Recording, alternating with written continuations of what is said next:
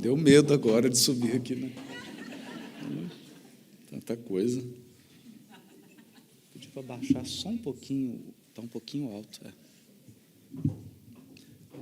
Minhas irmãs, meus irmãos queridos, todos sabem da alegria que eu tenho de participar desse evento, um evento sério que reúne as casas de toda essa região e que trazem corações queridos, se deslocam e vêm aqui confraternizar, trocar experiências, fortalecer e ter acesso a esse alimento das almas, que é o amor, que é a união, que é a fraternidade.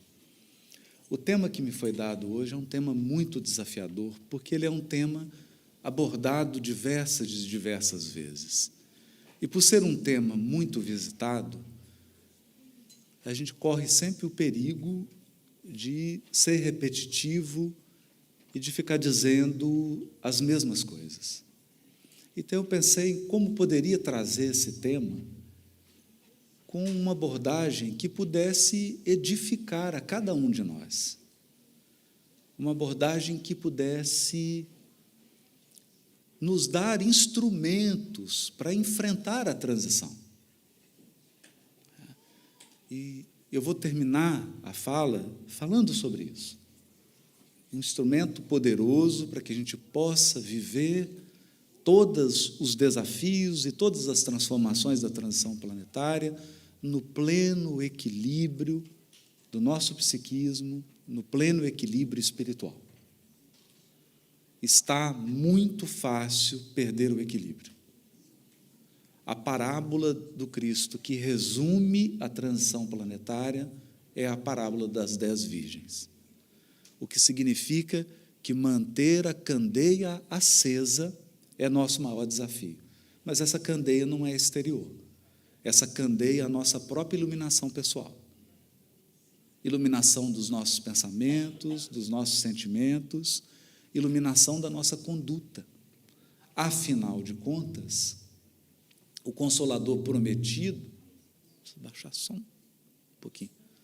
O Consolador prometido visa a melhoria da nossa vida. Eu preciso só que o som abaixe um pouquinho, está estourando, está muito alto. Visa a melhoria da nossa vida e a melhoria da vida das pessoas que nos cercam. Se nós não conseguirmos transformar o Consolador prometido em vida espiritual de qualidade nossa e ao nosso redor, o Consolador prometido não está cumprindo a sua missão em nós. Em nós. Esse é o ponto fundamental. Todas as religiões e todas as civilizações construíram histórias sobre um mundo vindouro e sobre um tempo de transição. Desde os índios norte-americanos, australianos, até as grandes religiões planetárias, como o islamismo, o judaísmo, o cristianismo, budismo, taoísmo, todas têm uma mitologia, um conjunto de histórias falando de um mundo vindouro. Todas enxergam essa vida aqui como um período transitório que prepara para uma vida definitiva. Cada uma dando um colorido, cada uma dando um contorno específico, mas todas falaram. No judaísmo, por exemplo, que é a matriz do cristianismo, fala-se do Olam Rabá, o mundo vindouro, o que nós chamamos de um mundo ditoso. A compreensão de que tudo que nós vivemos aqui é um processo para algo que está por vir. O que está por vir. Allan Kardec capturou essa ideia. Allan Kardec resumiu essas histórias com uma expressão muito significativa: a vida futura. A vida futura. A vida futura resume não só os primeiros momentos pós-desencarnação, mas como também os momentos especiais que esperam o planeta Terra após a sua redenção, a vida futura.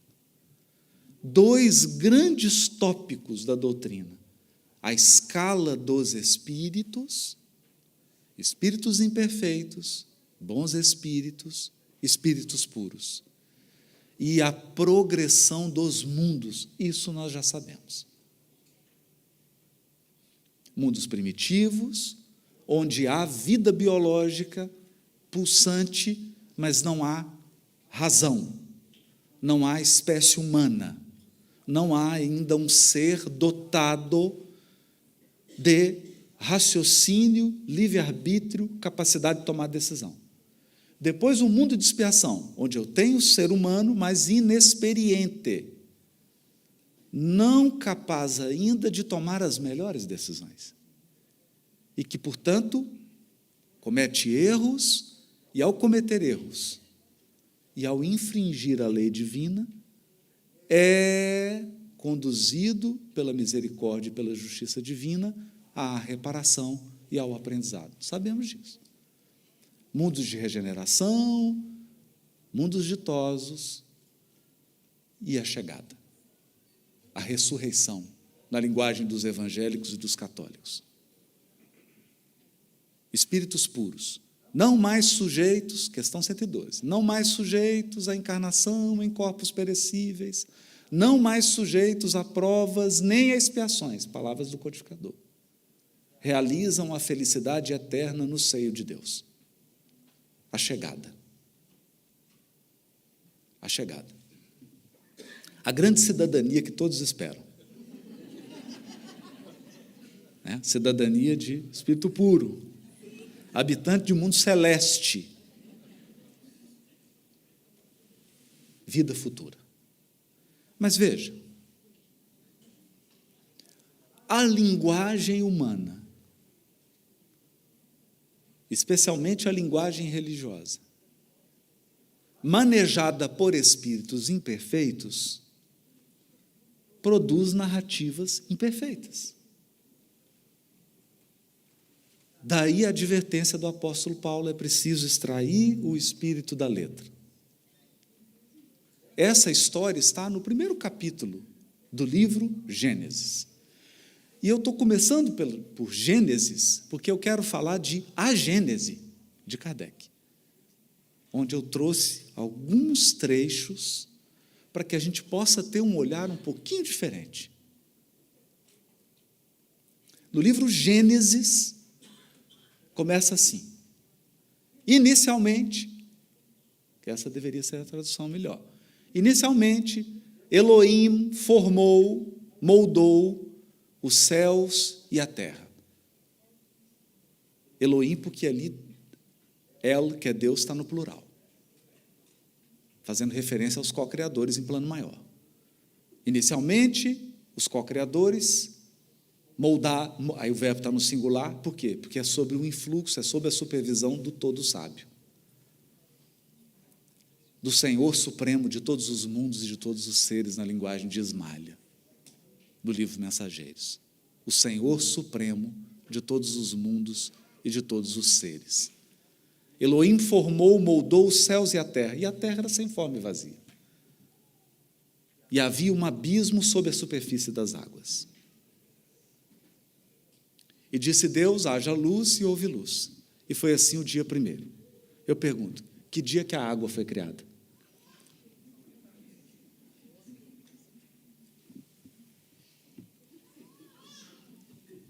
Dia 0.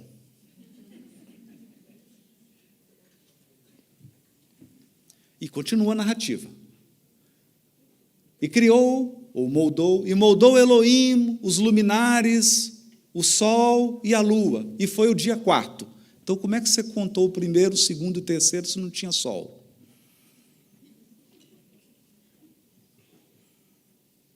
Não tinha sol, você contou dia como?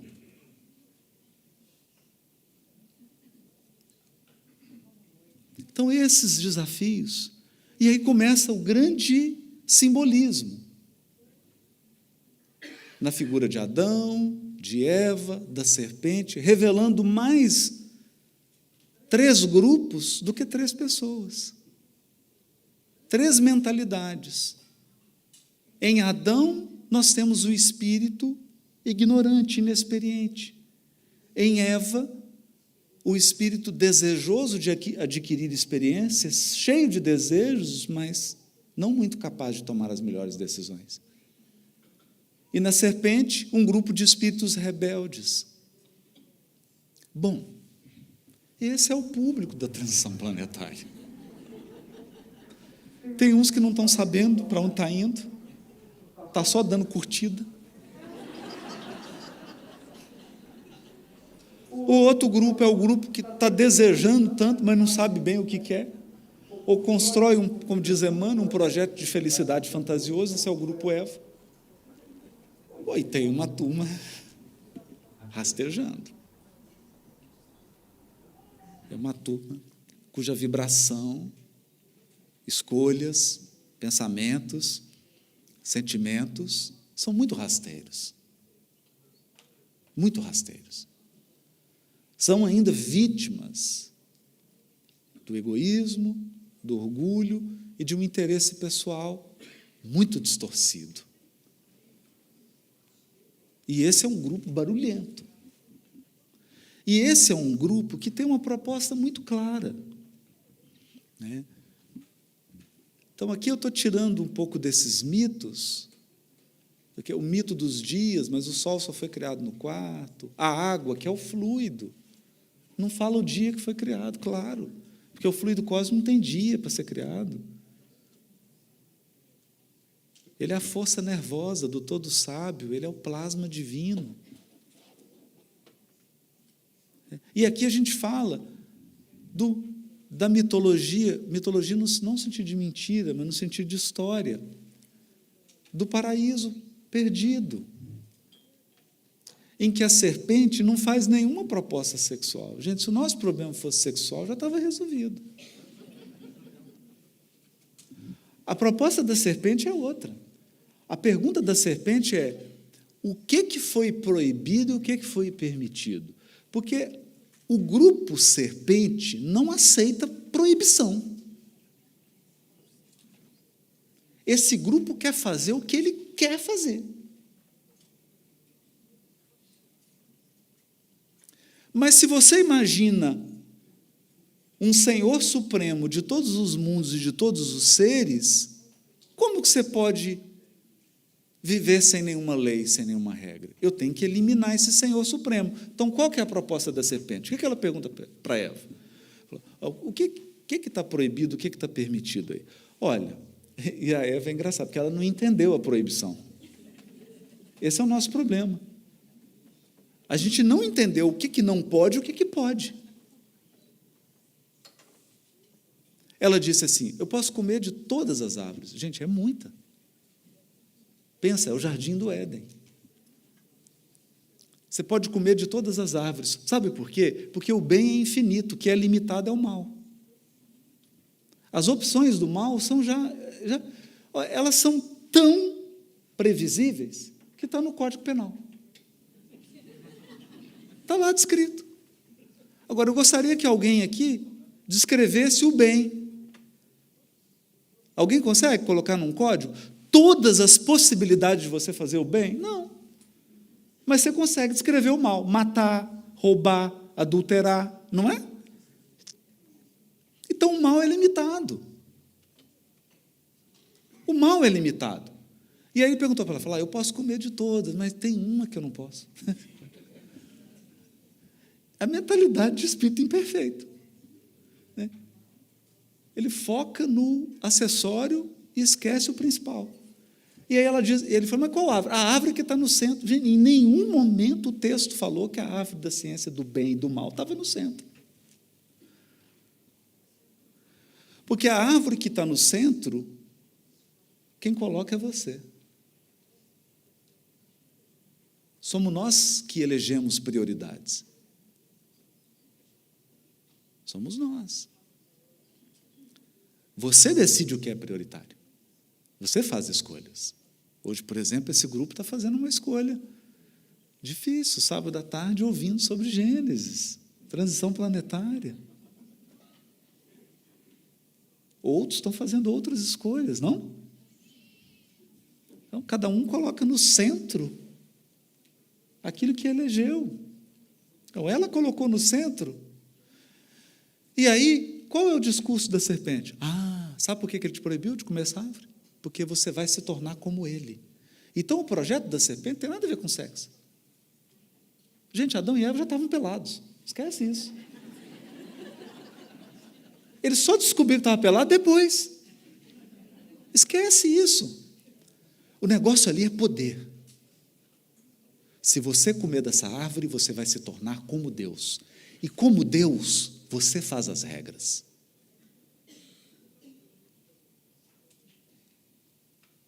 Esse é o desafio. Esse é o desafio. O desafio da transição planetária é a obediência às leis divinas.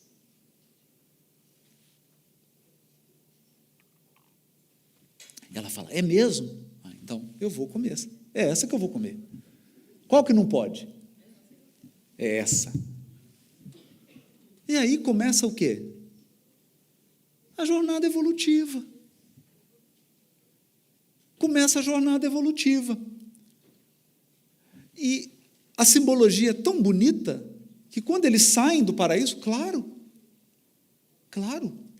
só entra na tormenta da expiação quem violou a lei divina. Quem não violou a lei divina não está sujeito à expiação. Está, no máximo, sujeito à prova. Mas prova é forja. Prova é, como diz lá no Nordeste, em homenagem ao Roçando, é perrengue chique.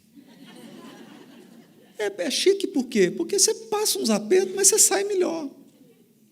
Expiação é mais doloroso, porque expiação é reparação do mal praticado. Expiação é refazer. Refazer é chato. Porque você fez acreditando que estava tudo certo, estava tudo errado, você tem que fazer de novo. Não é bom. Então eles saem do paraíso. E na porta fica um querubim, dizendo o seguinte: para voltar tem que se iluminar. Percebe? Não tem ninguém inexperiente em mundo celeste, gente. Em mundo celeste, você tem, como diz a música do Coldplay, we are diamonds, taking shape. Diamantes tomando forma. Você é um diamante. Espíritos puros são potências do amor divino. Os espíritos do Senhor, que são as virtudes dos céus, quais estrelas cadentes, não é assim? São estrelas, potências. Essa é a história. A história da ignorância à sabedoria, do egoísmo, do orgulho, do interesse pessoal ao amor. Essa é a trajetória. Esse é o quadro.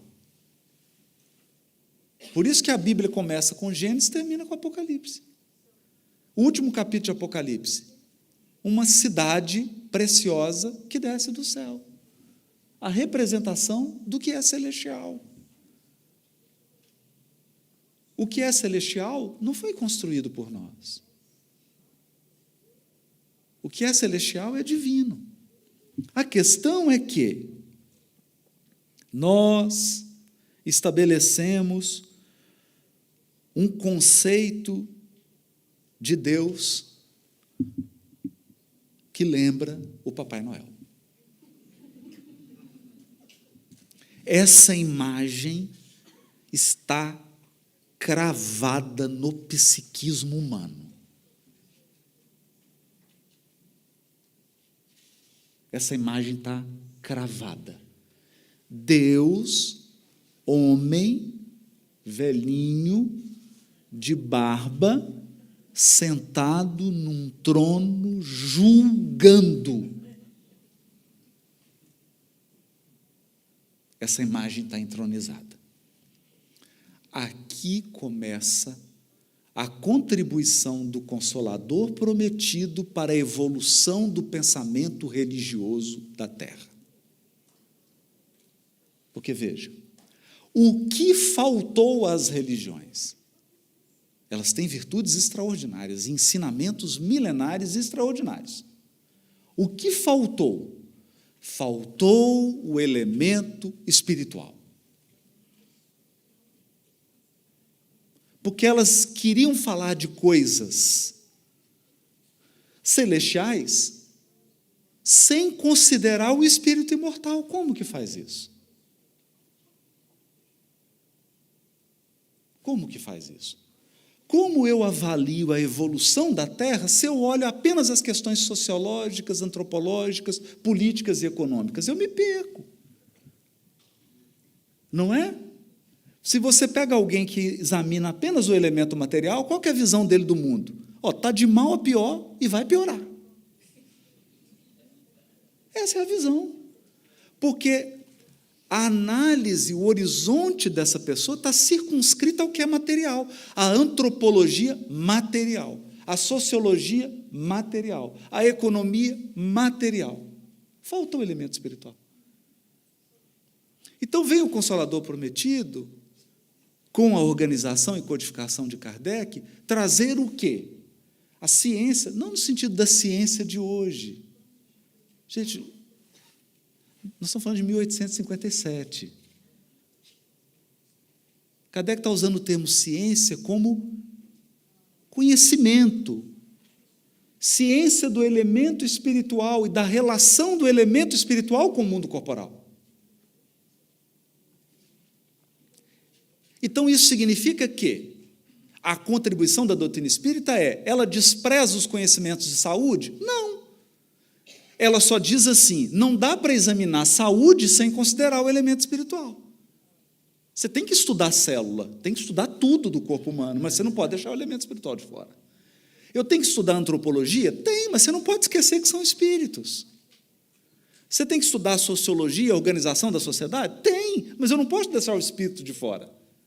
Esse é o papel do Consolador. Então, o Consolador veio revivecer.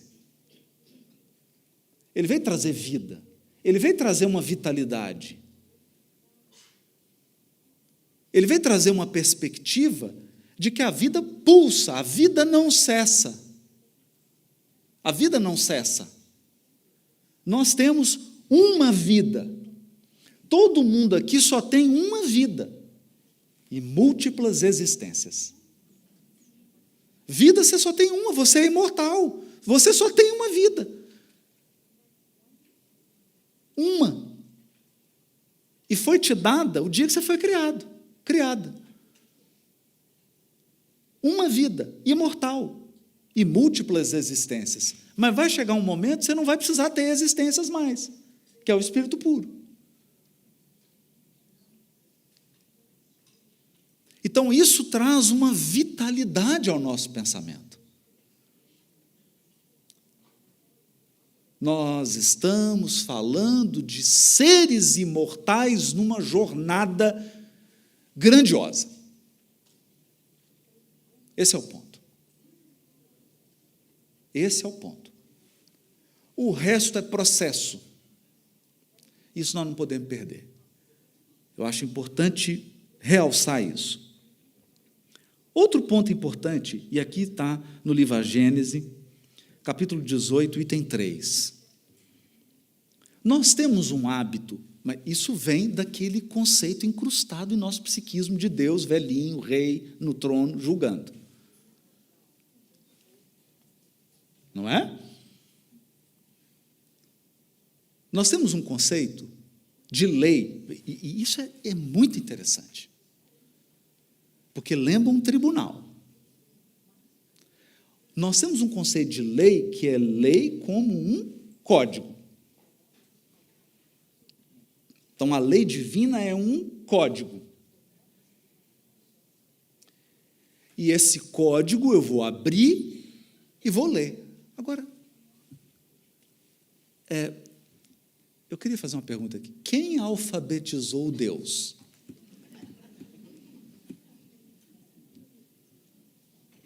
Que língua ele fala?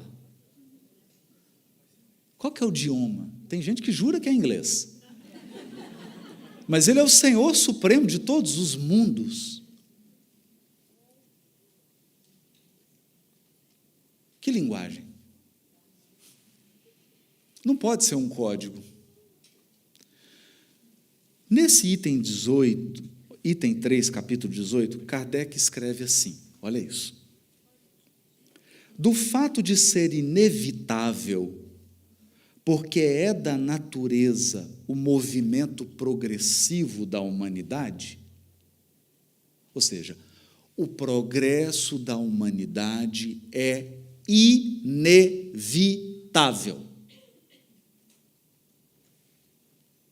Vai entender isso? Porque, às vezes, alguns perguntam assim, nossa, será que vai progredir mesmo? A pergunta é, será que eu vou ficar? Não é se vai progredir. Então, do fato de ser inevitável, porque é da natureza o movimento progressivo da humanidade, não se segue que Deus lhe seja indiferente. Porque a nossa visão é que Deus tirou férias, está no Caribe, e o progresso é inevitável e está indo, automático, por inteligência artificial.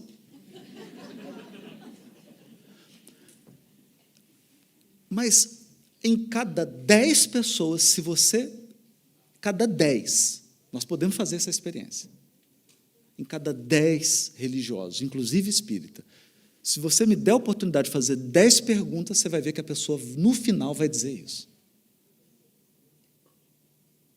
Que existe uma lei automática, uma espécie de inteligência artificial que calcula pena, expiação, calcula prova, ela já faz tudo automático.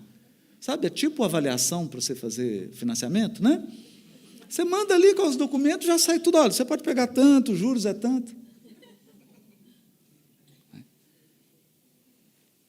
Então, a impressão de que Deus é indiferente e que, depois de ter estabelecido leis, se haja recolhido à inação. Kardec é elegante, né? Depois de ter estabelecido as leis, se recolheu à inação. O que é inação, gente? Férias, né? Não fazer nada. Quer dizer, férias de verdade. Né?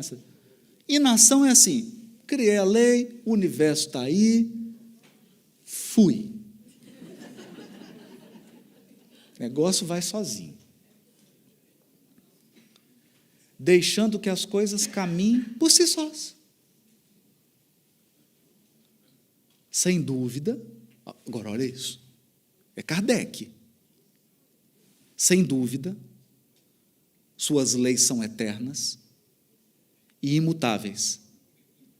Mas porque, agora vem a explicação, mas porque a sua própria vontade é eterna e constante. E porque o seu pensamento anima sem interrupção todas as coisas. O que o Kardec está dizendo? Ele está dizendo o seguinte, que Deus está olhando para nós e está dizendo assim, a lei sou eu.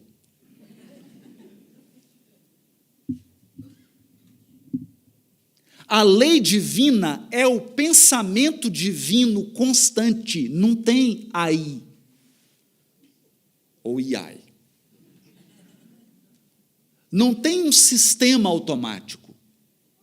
É o próprio Deus pensando a cada milésimo de segundo e é a sua própria vontade que estabelece a lei. Só que tem um detalhe.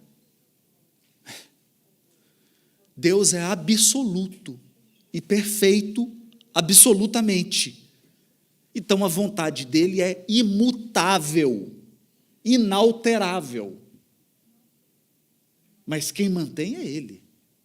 Mudou. Mudou. Você não está lidando mais com o sistema de computador. Você está lidando com o próprio Deus. Quem mantém a ordem cósmica é o próprio Deus. É isso que Kardec está dizendo. Sua própria vontade é eterna, constante, porque o seu pensamento anima sem interrupção todas as coisas. Esse pensamento que em tudo penetra é a força inteligente e permanente que mantém a harmonia em tudo. Isso é importante, gente. Isso é importante. O pensamento que penetra em tudo, qual o veículo do pensamento? Isso aí está no outro texto que eu trouxe. O outro texto de Kardec, Gênesis, capítulo 2, itens 20, 22 e 24. Kardec escreveu um capítulo só para falar sobre Deus, no livro A Gênese. E ele reservou um item nesse capítulo, que é a providência divina. E o que ele vai dizer? Ele vai falar do fluido cósmico. O veículo de transmissão do pensamento divino. Para concluir com Paulo, em Deus vivemos e existimos, como peixes no oceano. Não existe nada fora do fluido cósmico, exceto Deus. Se ele quiser, né? Se ele quiser. Porque o fluido cósmico é a emanação dele. Nós, não tem. Não tem ninguém fora do fluido cósmico. E é através do fluido cósmico que Deus manifesta o seu pensamento. E não, então, tudo está sob a coordenação do pensamento divino. Essa é a lei divina. A lei divina é o pensamento do próprio Deus, agindo incessantemente sobre a criação e mantendo a harmonia. Agora mudou. Mudou pelo seguinte: agora você está tratando com um ser infinitamente inteligente e infinitamente amoroso.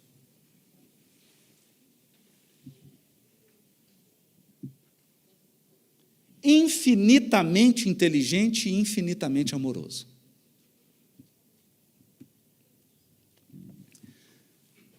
Eu vou deixar o Emmanuel dizer isso, que vai ficar mais bonito, né?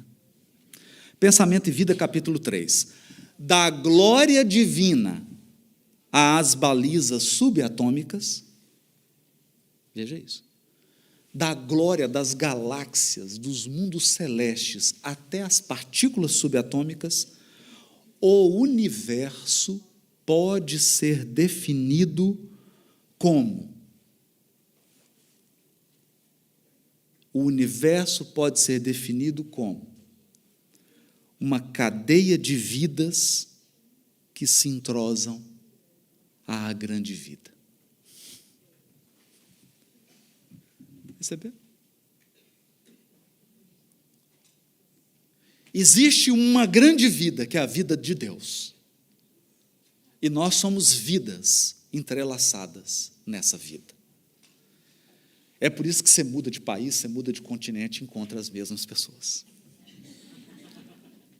O mundo não é grande. Ele é mal distribuído. A distribuição é feita, você vai para cá, vai para lá, vai chegar no mesmo lugar, porque é uma teia da vida. Nós estamos entrosados, percebe?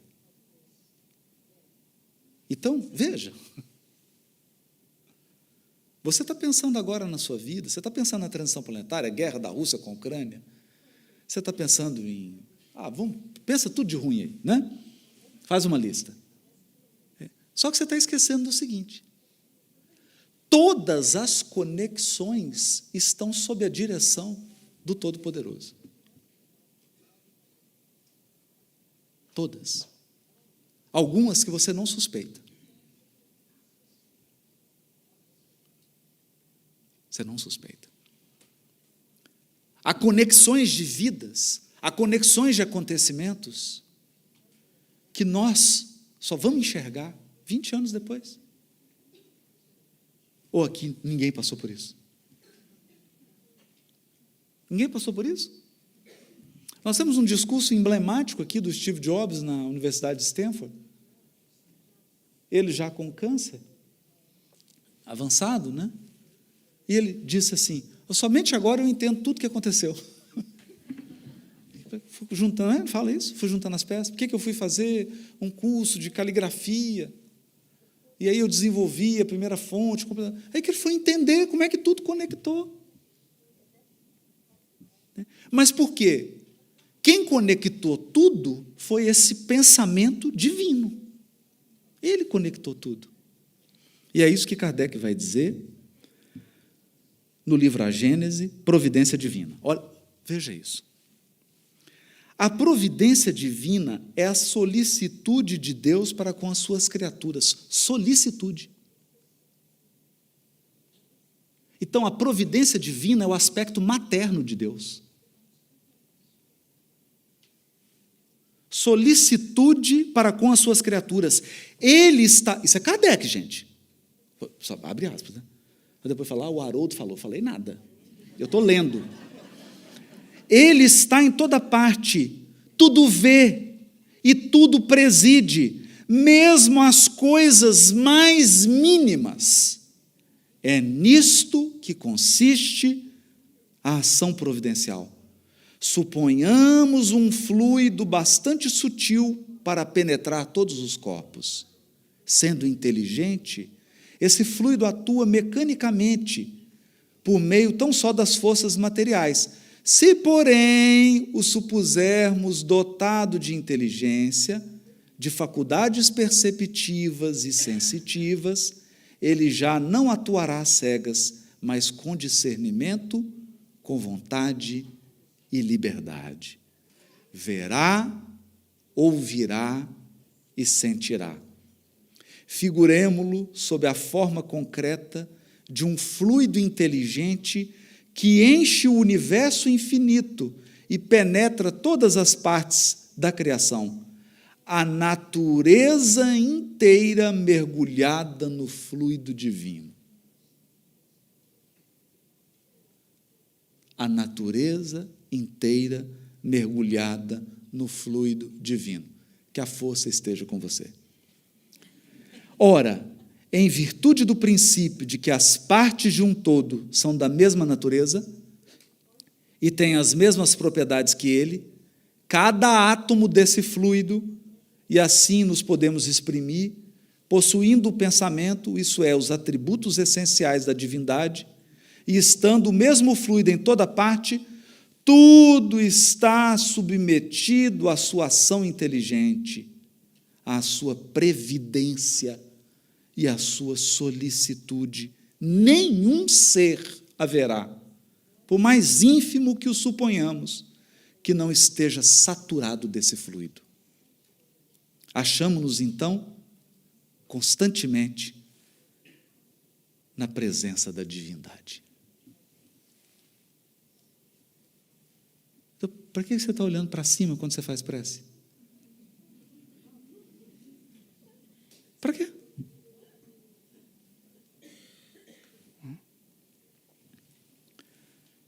Estamos constantemente em presença da divindade. Nenhuma das nossas ações lhe podemos subtrair ao olhar. O nosso pensamento está em contato ininterrupto com o seu pensamento, havendo, pois, razão para dizer-se que Deus vê o mais profundo do nosso coração. Estamos nele como ele está em nós. Isso é Kardec citando Paulo, né? Citação indireta. Estamos nele como ele está em nós, segundo a palavra do Cristo. As nossas preces, para que ele as ouça, não precisam transpor o espaço, nem ser ditas com voz retumbante, pois que estando de contínuo ao nosso lado, os nossos pensamentos repercutem nele. Os nossos pensamentos repercutem nele. Os nossos pensamentos são como os sons de um sino que fazem vibrar todas as moléculas do ar ambiente. Ou seja, o nosso pensamento movimenta o fluido cósmico. Essa é a concepção de Deus da doutrina espírita. Nada de velhinho sentado em trono, julgando ninguém. Mas isso é difícil. Isso é difícil por quê? Porque como a gente imagina o velhinho sentado no trono, a gente fala assim, perdeu o controle. Esse velhinho perdeu o controle. Né? Perdeu o controle. Então eu gostaria de lembrar algumas coisas da transição planetária. Nosso lar foi psicografado durante a Segunda Guerra Mundial. Nosso lar, Mensageiros e alguns livros narram a Segunda Guerra Mundial. Milhões de pessoas desencarnando. E agora a gente vê espírito apavorado com a guerra da Ucrânia. Os horrores da guerra. Mas essa abordagem já foi feita, está nos livros. Está nos livros. E tem uma coisa curiosa, está em nosso lar. Nosso lar é uma colônia um pouquinho, porque já passou o umbral, né? Aí o André é interessante, porque o pessoal fala, onde começa o umbral? E aí André Luiz explica, né? O umbral já começa na crosta, então fica tranquilo, você já está no umbral. O que pode é piorar. Tem um umbral pior, mas você já está no umbral. A pergunta é, desencarnar, será que eu saio do umbral? Mas se eu vou para o umbral começa na crosta. E abrange um certo espaço, uma certa dimensão. Nosso lar está depois, mas tem colônia que está no umbral. E tem uma cena interessante, que André Luiz está na casa da dona Laura, e aí ele recebe um comunicado de rádio, um aparelho de rádio, e de uma colônia que está no umbral. E o locutor está apavorado, falando, gente, está estourando uma guerra. É uma guerra, vai morrer gente, mas ele já é morto. Ele já está desencarnado. E ele está preocupado com quem vai desencarnar. Percebem?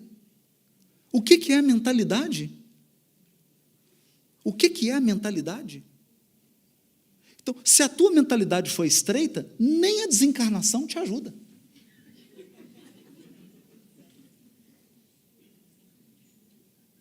Vai ter gente desencarnada fazendo campanha política. Envolvendo em conflito daqui, dos encarnados. E aí o André Luiz, que estava ligado, vocês lembram? O André Luiz estava ligadão aqui na crosta, né? Ele não sabia que a esposa já tinha casado de novo, aquela história toda. Ele estava imaginando que a esposa estava esperando, né? Cheio de expectativas. Ele estava ligado aqui. E o André Luiz fica um pouco apreensivo.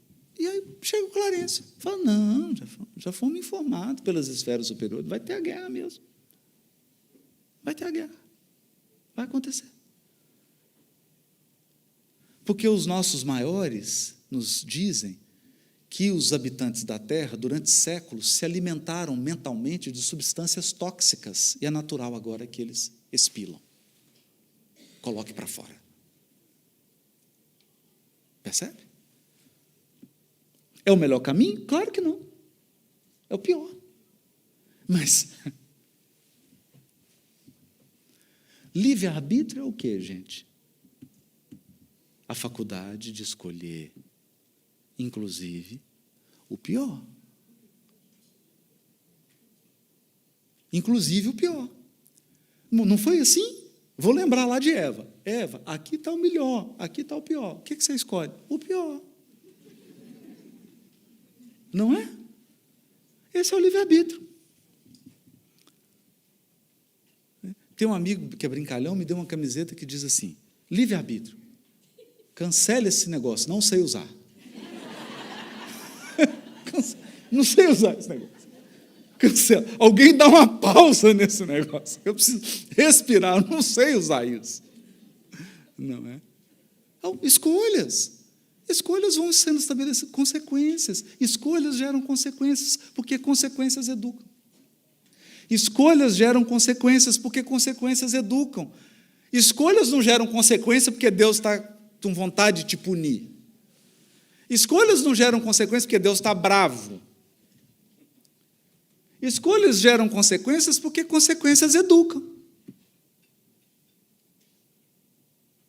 Consequências educam.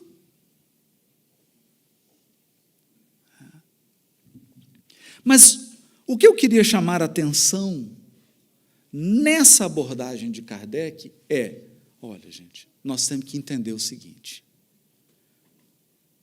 nós estamos na presença divina.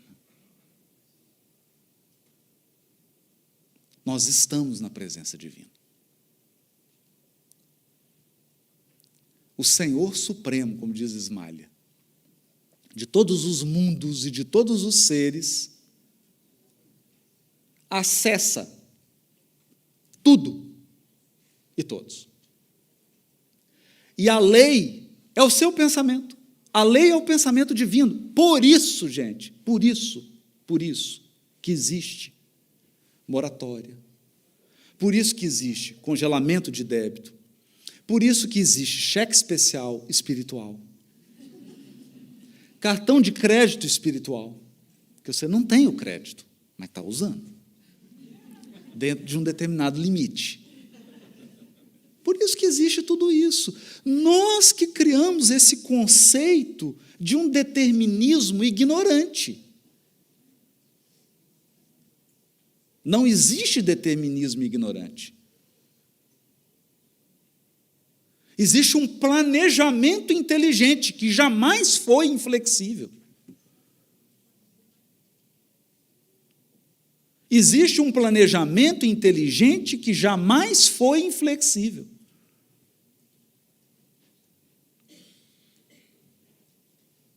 Supervisão. Você não faz isso na escola? Faz. Você faz na escola. Uma boa escola acompanha o aluno e fala: nossa, essa moça, esse menino está muito bom. Pode passar aqui direto. Não tem isso? Não tem? Aqui, gente, prova aqui de legislação, aqui, de trânsito. Você tem que acertar 40, acertou 40, para a prova. O que é isso? Inteligência. Cessa. Você está numa aprovação, já teve aproveitamento superior a 60%, a prova cessa. Você já foi aprovado. Porque existe uma supervisão divina permanente. Existe uma supervisão divina permanente. Então, nós precisamos nos livrar desse pensamento medieval, determinista, que embrutece a divindade, que empobrece a divindade, que transforma a inteligência suprema numa inteligência humana, que transforma o amor divino num amor humano. Porque como é que é o amor humano? O amor humano é o seguinte: eu te amo enquanto você me agradar. Porque na hora que você me desagradar, eu não te amo mais. E aí a gente transfere isso para Deus. Ai, Deus deixou de me amar. Não há nada, não, acredite, não há nenhuma burrice que você possa fazer que vai afetar o amor de Deus, porque você não tem acesso ao controle do amor de Deus. Não é você que controla o amor divino. Tomar decisões erradas só vai ser ruim para você. Só.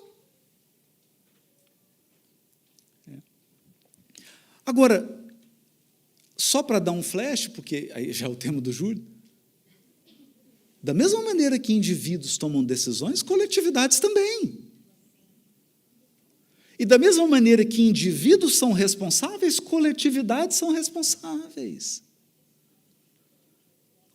Responsável, eu não disse culpado, nós temos que trocar essa palavra. Deus não estabelece culpados, estabelece responsáveis. Por quê? O que você faz quando encontra um culpado? Julga. Não é? Se eu dizer assim, quem é o culpado por esse microfone não estar funcionando? Ah, é o Luciano. É o Luciano. Tá. E aí? Acabou. O Luciano é o culpado. E a lei divina trabalha com o responsável, porque o responsável é quem vai resolver. Então, esse microfone não está funcionando. Quem é o responsável por fazer esse microfone funcionar? É o Luciano. Luciano, venha. Reencarna, meu filho. Faz esse microfone funcionar. Então, você é responsável. Responsável por reparar o que foi estragado. Aperfeiçoar o que precisa de aperfeiçoamento. E planejar o futuro. E planejar o futuro. Porque sua próxima encarnação já começou. A cada dia você está moldando sua próxima encarnação.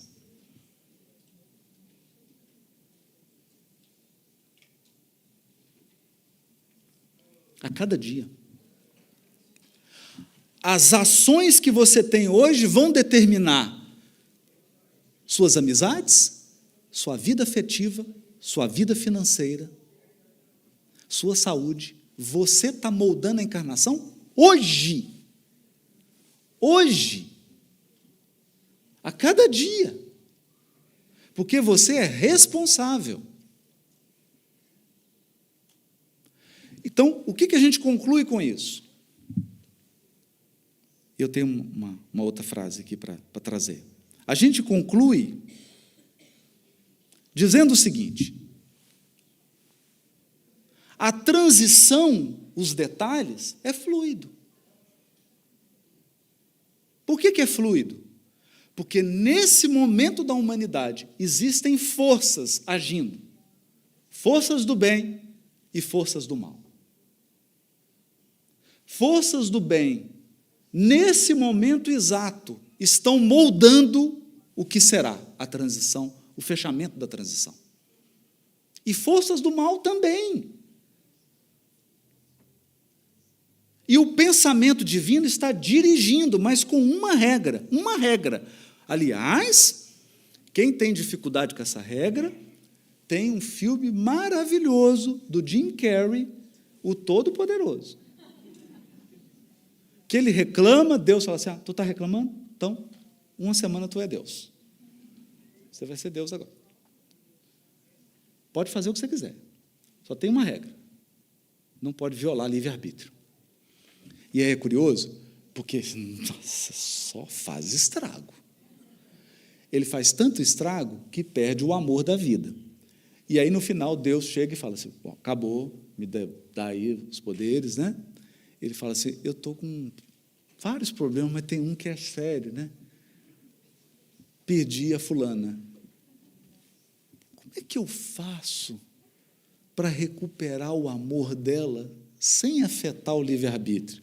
Aí Deus fala, se você descobrir isso, você me conta.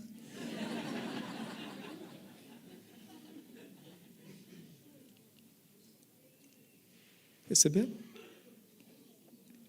A regra é clara. Livre-arbítrio é livre-arbítrio. Agora, livre-arbítrio não é arbítrio supremo, hein? Porque tem gente que está confundindo. Você fala assim, eu tenho livre-arbítrio. Agora o sol não brilha mais. Coitadinho.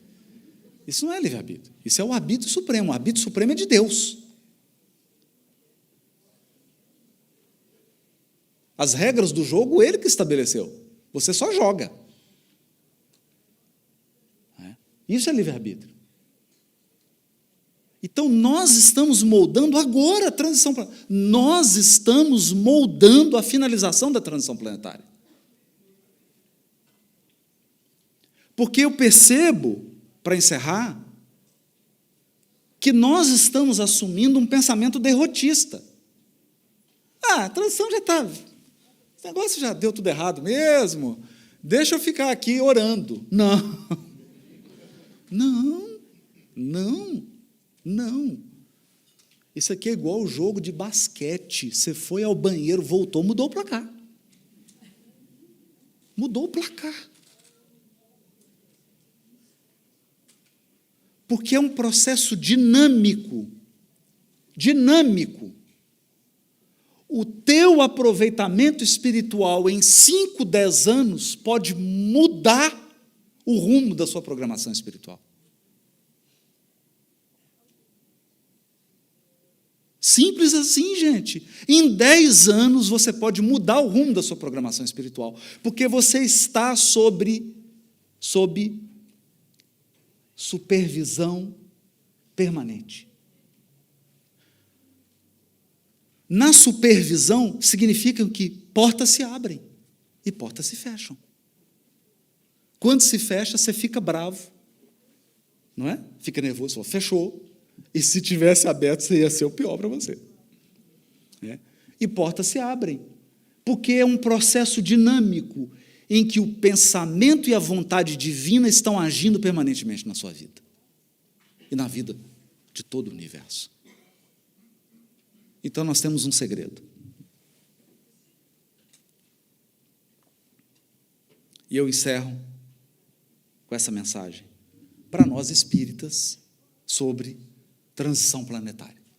Além dessa de Deus, enxerga Deus como esse fluido. Você está mergulhado em Deus. Você nunca esteve ausente dele, você nunca esteve fora da presença divina. Você está permanentemente na presença divina. Permanentemente. Marco Aurélio dizia, Marco Aurélio, o grande filósofo romano, dizia, coisas não podem tocar a alma. Coisas não podem tocar a alma. Marco Aurélio era estoico. Era uma corrente da filosofia, o estoicismo. E o estoicismo tinha um conceito de cidadela interior. Que conceito é esse? É o conceito de que dentro de você existe uma fortaleza.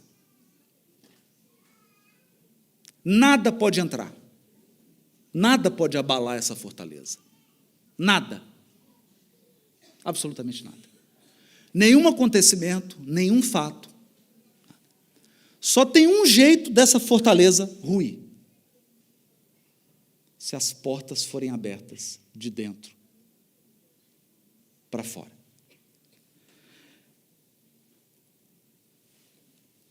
Veja o que ele diz.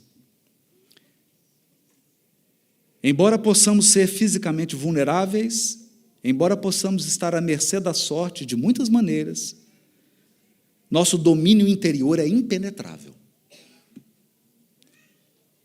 Mas a história nos ensina que fortalezas impenetráveis ainda podem ser rompidas, se traídas a partir de dentro. Os cidadãos dentro das muralhas, se forem vítimas do medo, da cobiça ou da avareza. Medo, cobiça ou avareza. Podem abrir os portões e deixar o inimigo entrar. Isso é o que muitos de nós fazemos quando perdemos a coragem e cedemos ao medo. Foi-nos concedida uma fortaleza impenetrável. Não atraia. Tem muito espírita abrindo a fortaleza e perdendo o equilíbrio psíquico. Fecha as portas da sua fortaleza. Nada, nenhum acontecimento pode abalar sua fortaleza, a menos que você permita. Mas cuidado com esses 3 inimigos: medo, cobiça e avareza. No mais, agir, agir, agir, agir e deixar Deus agir. Porque, como diz o pastor Duarte, tem coisas que você faz com as mãos, tem coisas que você faz com os joelhos dobrados. Muito obrigado.